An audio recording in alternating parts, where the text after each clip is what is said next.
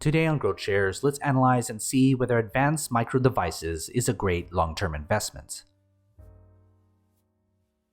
Advanced Micro Devices is an American multinational semiconductor company based in Santa Clara, California. They develop computer processors and related technologies for business and consumer markets. AMD's main products include microprocessors, motherboard chipsets, embedded processors, graphic processors, and FPGAs for servers, workstations, PCs, and embedded system applications.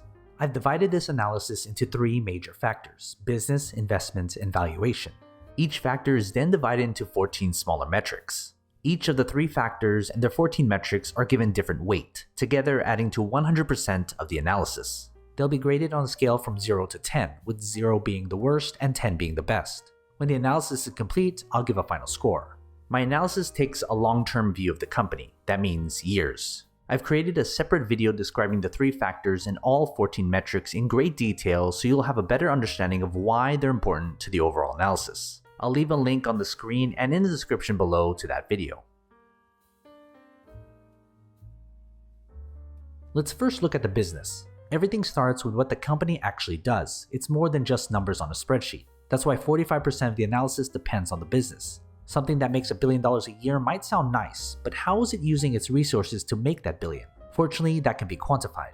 There are 8 metrics that I use to measure the business, and we'll dive into them right now.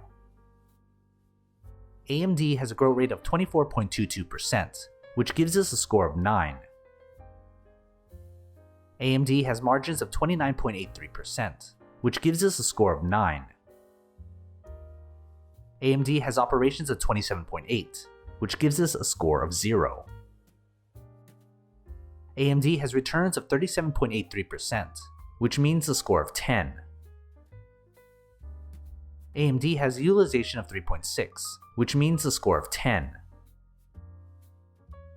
AMD does not pay out a dividend, which gives us a score of 0. AMD has an ESG risk rating of 20, which gives us a score of 6. AMD has tertiary market dominance, which means a score of 4. When we add up all 8 business metrics together, we get a score of 4.37. Next, let's look at the investment. This factor looks at the company solely as an investment, as if rendering the company down to just ticker symbols on the screen. That's why 22% of the analysis depends on its investment score. How are others seeing the company from a trader and analyst point of view? What are the numbers telling us when it comes to this? There are 5 metrics that I use to measure the investment, and we'll dive into them right now. AMD has a performance ratio of 7.1, which means a score of 10. AMD has a range of negative 23.54%, which gives us a score of 0. AMD has short interest of 2.3%, which gives us a score of 6. AMD has a buy recommendation of 35%, which gives us a score of 3. AMD has an ownership of 53.5%, which gives us a score of 6. When we add up all 5 business metrics together, we get a score of 4.82. Finally, let's look at the valuation. Valuation is simple. It takes everything we've talked about and puts into a single number, the price at which we would be willing to buy the company's stock. That's why 33% of the analysis depends on its fair value price. At what price is the company worth pursuing? There's only one metric that I use to measure the valuation, and we'll dive into it right now. AMD has a fair value price of $60.75 per share, which I consider to be expensive, which means a score of 1. As a refresher, here are all 14 metric scores. Finally, we'll add the 3 factors together to get the final score.